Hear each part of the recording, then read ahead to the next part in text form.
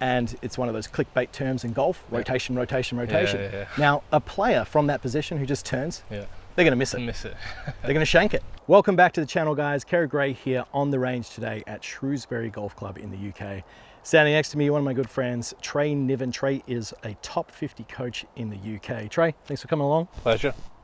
Today, Trey and myself, we're going to be working through some actionable drills and advice to help you no matter what level that you're at. We're making the golf swing, which can be inherently complex, a lot more simple through some of the drills and exercises that Trey is going to give us. Some incredible actionable advice in these videos, guys. You don't want to miss out.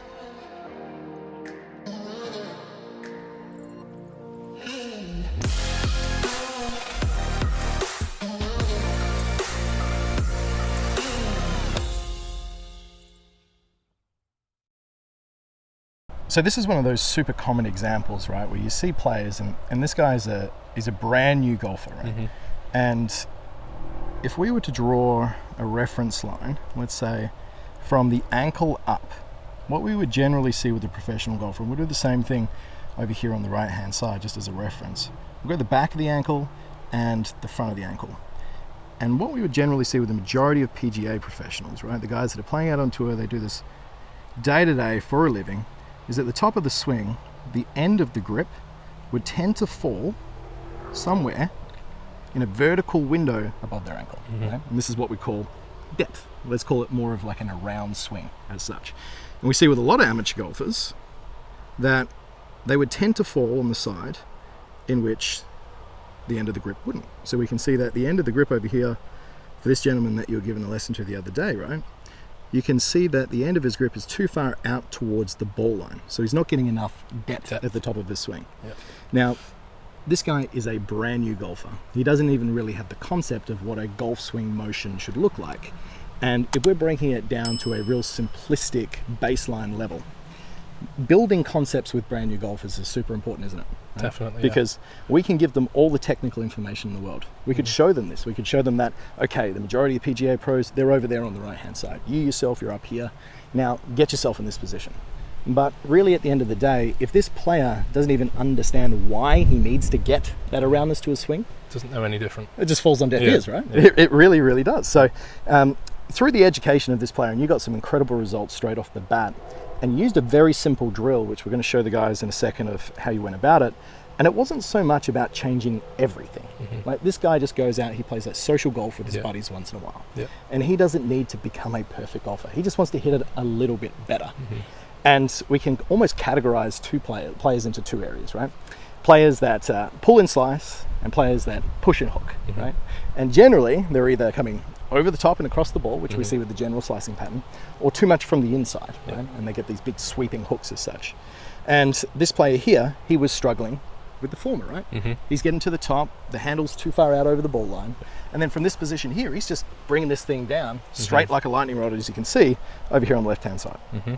The professional golfer, well, he tends to get this nice shallowing look to the golf club, and by this lead arm parallel reference position, you can see a huge difference in the position of the hands and the orientation of the shaft.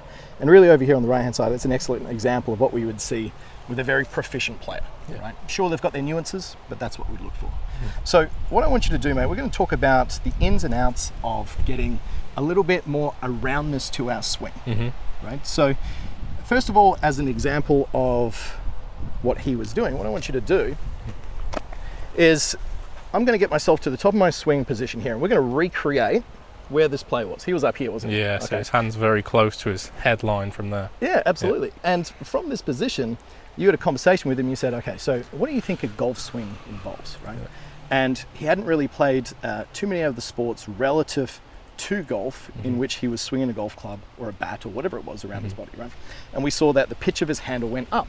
Yeah. And he described to you that, well, he kind of thought that the golf club needed to track on a pretty straight down and straight through angle. Yeah. Right? Mm-hmm. Now, talk to about how did you then describe to him, make him understand the purpose of depth, right? Yeah, so ultimately from where he was at posture as well, so just helping him understand that we're not just straight upright at posture to hit this golf ball that's in the ground. Yeah. This golf ball's on the floor, so we've got to tilt our bodies somewhat over the golf ball. And again, this golf club isn't straight up and down, it's at an angle. Perfect. So just learning how the whole shape of that arc, that typical X-plane, the kind of swing arc, actually does look, if we want to hit that golf ball that's on the ground. Yeah, and it's certainly not like cricket and growing up in Commonwealth country. Upright. Yeah, exactly. Yeah. You're from UK and myself from Australia. Most of us growing up, we play cricket before golf, right? And it's just something that you do with your buddies. And a cricket bat is built on a pretty straight up and down angle, and you just move it straight towards the target. And we see that association is very common with recreational golfers, especially ones that I teach, and I'm sure you're the same, right? So creating some education on the aroundness of the swing was very important. Anything else that you thought was really important for him to understand before you gave him the drill, which we're about to show the players at home? Yeah, so not just the right thing to do, actually how the amount of depth can influence the type of shot we're trying to produce as well. Again, this is a beginner golfer, but the more education he can get and how this typical depth that we talk about as a golfy term can affect what the golf ball does. Because like we see when we see the professionals play different shot shapes, draws and fades, that handle at the top is going to be in a slightly different place as well. Yeah, massively. So why don't I get myself into the position that this player was, and then I want you to then talk about the effect of me being into a position where I have no depth. So depth, the handle's too far out towards the golf ball, right? Now, predisposed, I really even just from here feel like I'm going to come straight down. So what else would this player see from a position where the golf club doesn't get far enough behind him? Yeah, so again, the player's ability to actually rotate from here, if you just keep rotating towards the target, you see how high this golf club gets. Again, you're never going to get to the golf ball. You're always going to have to make some compensation now to lower that golf club to the golf ball. So not only just the look of it, actually how it affects our body and the movement of our body from the top as well. And that's such a great point in itself, right? Is because there can be multiple effects from golfer to golfer relative to their skill level and how they get the golf club back to the ball from the same cause of the problem. So really the two typical patterns that we see from a player that doesn't have much depth, and there's others, but let's call these the two typical. The first one would be the rank amateur that's just started, and it was this player as well. This golf club comes down super steep, their arms bunch up, they've got no room, the old chicken wing around the side of the body, and it's very, very tough to do that consistently.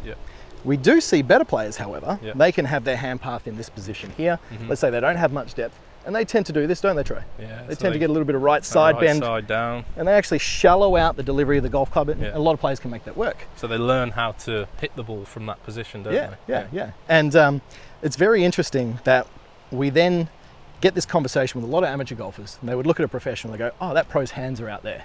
Why can't I do it? Well, mate, you've got a full-time job, right? Sit at a desk. Your girlfriend wants you to be at home every afternoon instead of you going down and working on your game.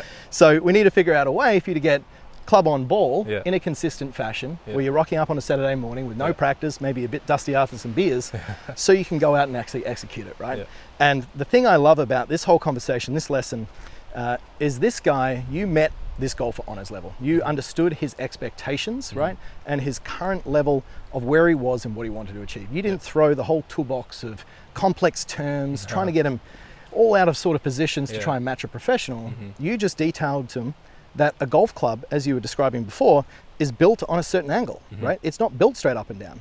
And this golf club as such is worked, or it's designed to be used in a circular fashion, right? Creating an arc around. So why don't you set up to this golf ball here, and I want you to kind of talk a little bit more about the circle motion of the golf swing from its address position, right? So from there, make your way into the backswing and talk about the importance of creating the aroundness of the swing. So you said, if we don't get there, it's going to cause issues at impact. Show me what a good version, and stop at the top and tell me what would happen from the top there. Yeah, so if I just make my kind of typical golf swing where I have sufficient amount of depth, then I'm allowed to come down on this kind of same kind of arc that we swung back on.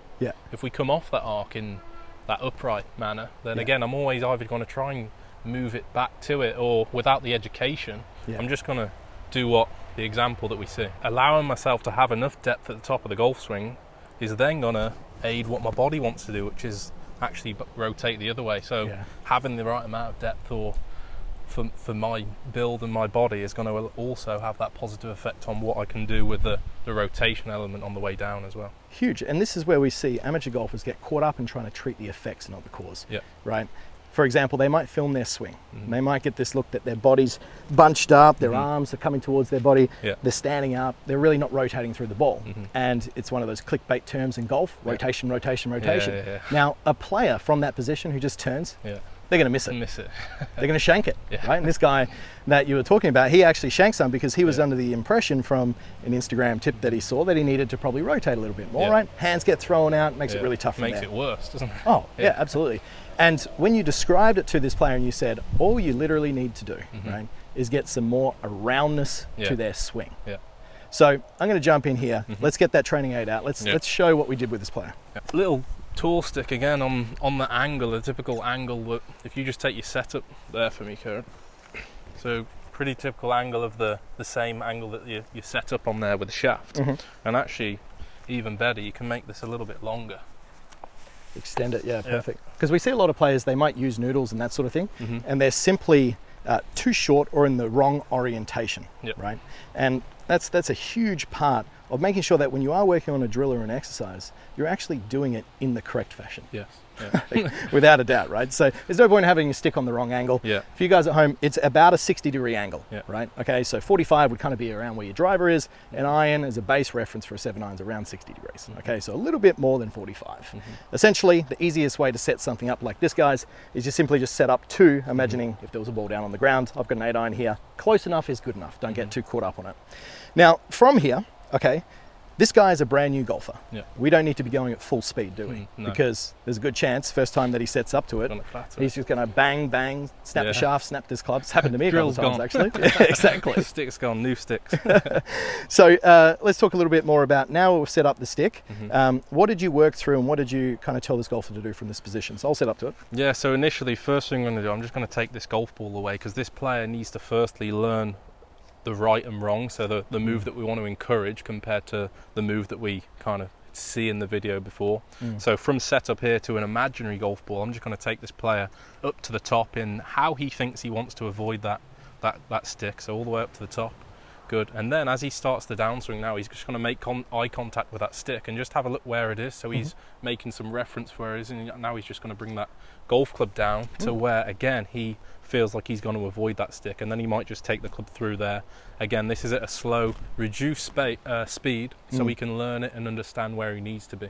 Yeah. He might also do the same thing, and I might just on purpose just get him to what to him feels like the wrong move, so he's going to purposely hit it so he can feel the wrong and where he wants to be. Yeah, and it's an exercise called trapping, right? Okay. As you show the example, the extreme example of doing it wrong, and the example of doing it what you're looking for. It doesn't mean it's right, it just means that it's improved for this golfer, right?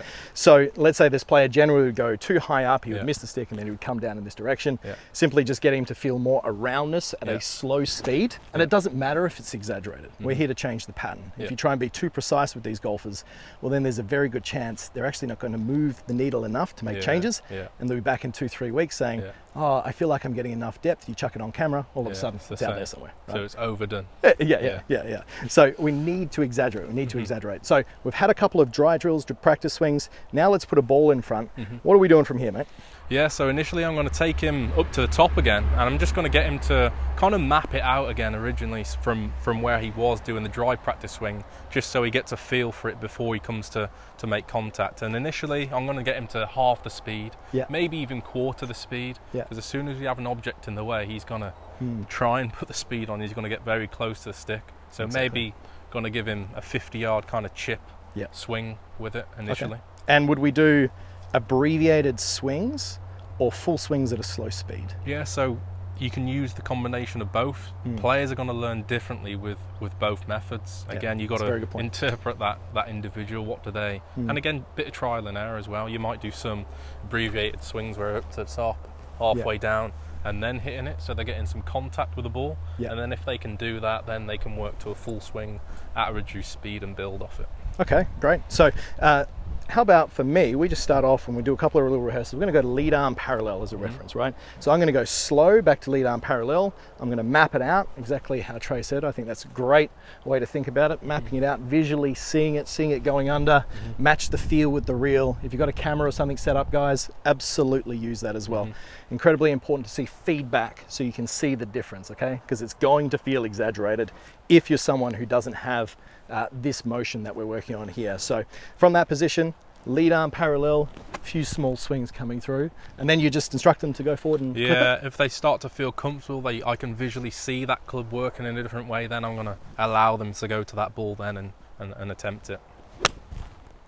And chances are, that was a very good swing there, Kerrod. Chances are this player is going to get very close to that stick for the first swing. So then I might have the camera on and just show them how close, even though they felt that it was way behind them. Yeah. No, and we see that all the time, no matter what you're working on, right? Yeah. I was doing snowboarding lessons recently, and for the life of me, I couldn't get enough knee flicks, for the life of me. And the coach was like, more knee flicks, more. And I said, I feel like I'm like down here. And he was like, more knee flicks. And he put me on camera. And I do this all day, every day with golfers. And I could not believe how stiff-legged Steve I looked on the snowboard, right? It's crazy, isn't it? We've got halfway back, slow coming down underneath. So how long would you get players to do that for? I might do a set of 10 balls. I like to work in sets or phases. So I might do a set of 10 balls. If we start to visually see some changes and they get a lot more comfortable, the shots get a little bit better, then we can maybe take the stick away, or we can up the speed. Up the speed initially, I think I'd start with. If they then get it with that speed a little bit increased, then we take the stick away and see if the change is still there. Okay, fantastic. So this one here, I'm just going to try and lengthen my swing a little bit. So if that was lead arm parallel at a slow speed, even for myself who hits golf balls all the time, I still have an awareness of that stick and I'm thinking about it, right? So I'm going to exaggerate it. I'm probably going to go a little bit more round than what I normally would. Now I'm going to go a little bit longer, but I'm actually going to go from there, what feels still nice and slow and controlled. And we would generally see that players, when they do this drill for the first, assuming the club face, which is a whole nother story, but let's say that they would generally see the ball go to the right. Okay? If the club face is in a good orientation, it may curve back right to left, but don't be afraid of seeing the ball go way out to the right, guys, because a player who has this for a beginner golfer, this pattern right here, that's pulls and slices, right? And what we're hitting there is little pushes and blocks, right? Now, as soon as we get our face sorted, well, then we get the good result. But this player, once again, he just needed to educate himself on that. The golf swing is actually a circular event around the body. It's not a straight up and down motion. And starting off with slow speed, building up to 3/4, and then finally a full shot. Let's see how this one comes up. One more mapping of the feeling. That feels really good. Came underneath, felt really good off the face. Mate, excellent coaching. Good. Cheers. Awesome.